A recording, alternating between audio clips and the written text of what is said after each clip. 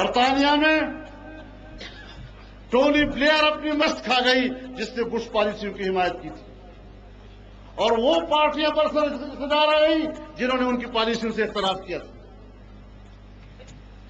آج ہمارے جنرل مشرف صاحب شہر شہر جلسے کر رہا ہے اور لوگوں سے کہتا ہے کہ اس کی حمایت کرو جو کل مجھے ووٹ دے۔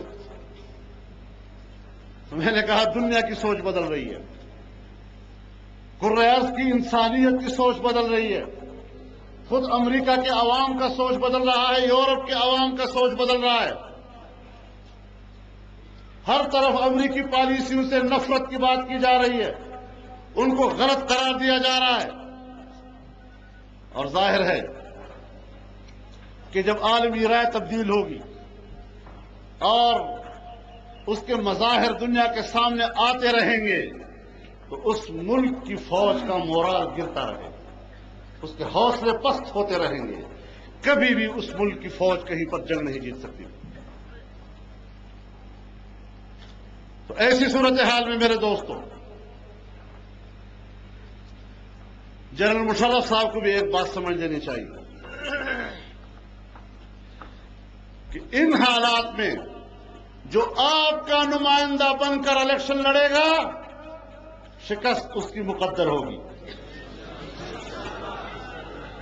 اور جو آپ کے مقابلے میں الیکشن لڑے گا وہی آئندہ ملک کا حکمران بن سکے گا۔ متحدہ مجلس عمل کی صورت میں دینی قوتوں کا ایک موقف مسلسل چلا آ رہا ہے۔ وقت نے ثابت کر دیا کہ دینی قوتوں کا موقف صحیح ہے، اور وہ آپ نے اعتراف کیا ہے کہ تمہارا موقف غلط ہے۔ آئندہ پاکستانی قوم کیوں کر آپ کا ساتھ دے گی؟ آئندہ پاکستانی قوم اپنا مستقبل دینی قوتوں سے وابستہ رکھے گی، متحدہ مجلس عمل کے ساتھ وابستہ رکھے گی۔ نعرہ تکبیر! امریکہ کا جو یار ہے، امریکہ کا جو یار ہے، قائد قدم بڑھاؤ، قائد قدم بڑھاؤ۔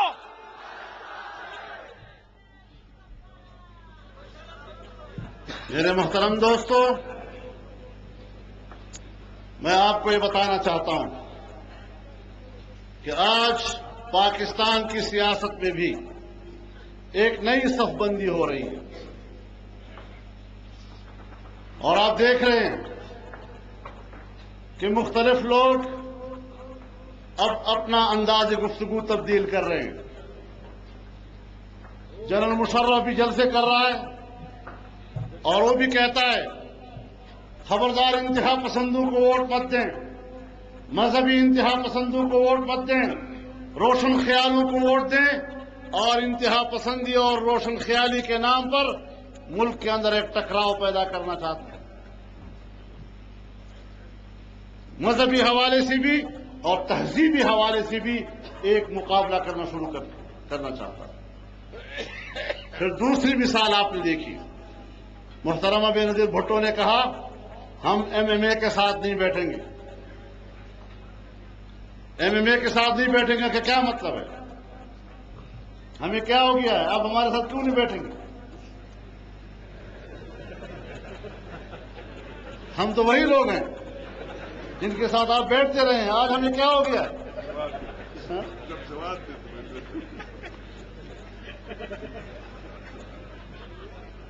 تو یہ ایک تقابل پیدا کرنے کی کوشش ہے کہ مذہبی لوگوں کو ایک سائڈ پہ کرو اور اس کے مقابلے میں ایک روشن خیالی کا جو ایک نام نہاد تصور ہے، مغربی تہذیب کا تصور، اس کے مقابلے میں لاؤ۔ یہ ایک صف بندی ہو رہی ہے، ایک نیا انداز اختیار کیا جا رہا ہے۔ ہم نے کہا آپ کیوں کہتے ہیں کہ ہم ایم ایم اے کے ساتھ نہیں بیٹھیں گے؟ کہتی ہیں کہ بلوچستان میں قاف لیگ سے ان کا اتحاد ہے۔ تو میں نے کہا کہ ایک تو اصول کی بات سنو، ہمارا ملک ایک وفاقی نظام رکھتا ہے، ایک وفاق کے نیچے کئی صوبائی حکومتیں ہیں، اور وفاق کا اپنا ووٹ، صوبے کا اپنا ووٹ ہوتا ہے۔ ہر الیکشن کے بعد وفاق میں طاقت کا اپنا توازن اور صوبوں کے اندر طاقت کا اپنا توازن ابھرتا ہے، اور اس توازن کے نتیجے میں کبھی اکیلی ایک پارٹی حکومت بنانے کی پوزیشن میں ہوتی ہے اور کبھی ایک مخلوط حکومت بنانی پڑتی ہے، ورنہ اسمبلی گرنے کا خطرہ ہو جاتا ہے۔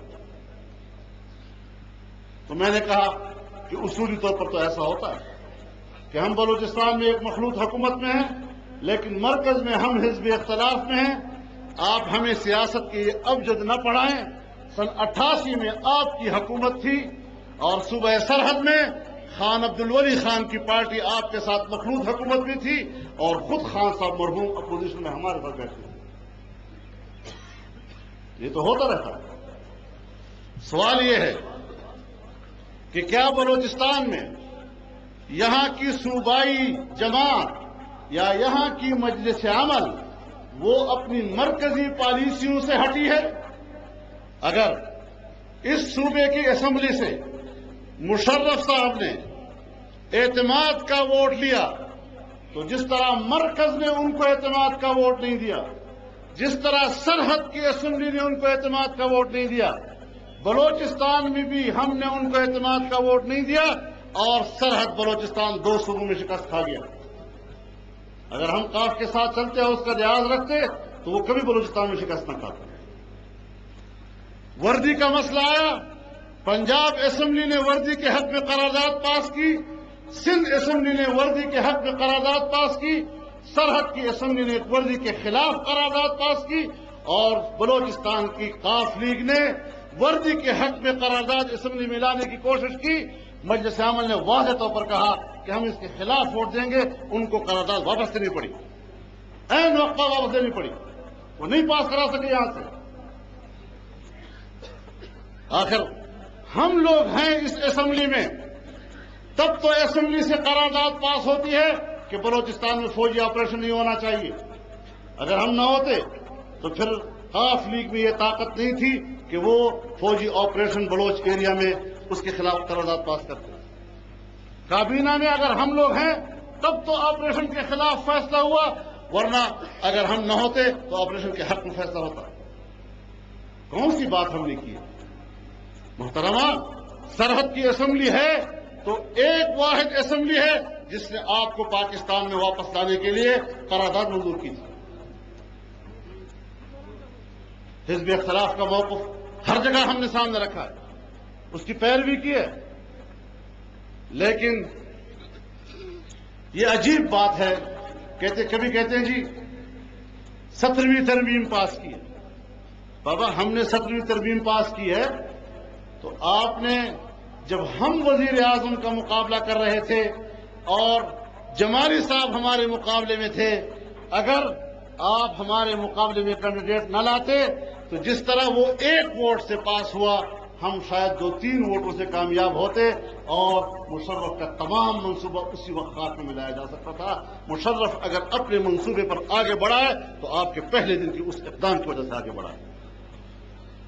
اپنے فیصلوں کو بھی دیکھا کرو نا۔ ہم نے تو چوری چھپے ڈیل کی بات نہیں کی، کھل کر مذاکرات کیے، آپ حضرات کو سب کچھ بتاتے رہے ہم لوگ، تو اس طرح کی باتیں نہیں کی جائیں۔ لیکن یہ سب کچھ اس لیے کیا جا رہا ہے کہ اب وقت ہے، انتخابی سال چل رہا ہے، اپنی قوت کو یکجا کرو، اور چونکہ امریکہ اور مغربی دنیا ان کی نظر میں اہم ہے، اگر وہ ان کو سپورٹ کریں گے تو ان کو امید ہوگی کہ شاید ہم کسی طریقے سے نکل سکیں، ہمارے لیے مواقع پیدا ہو سکے۔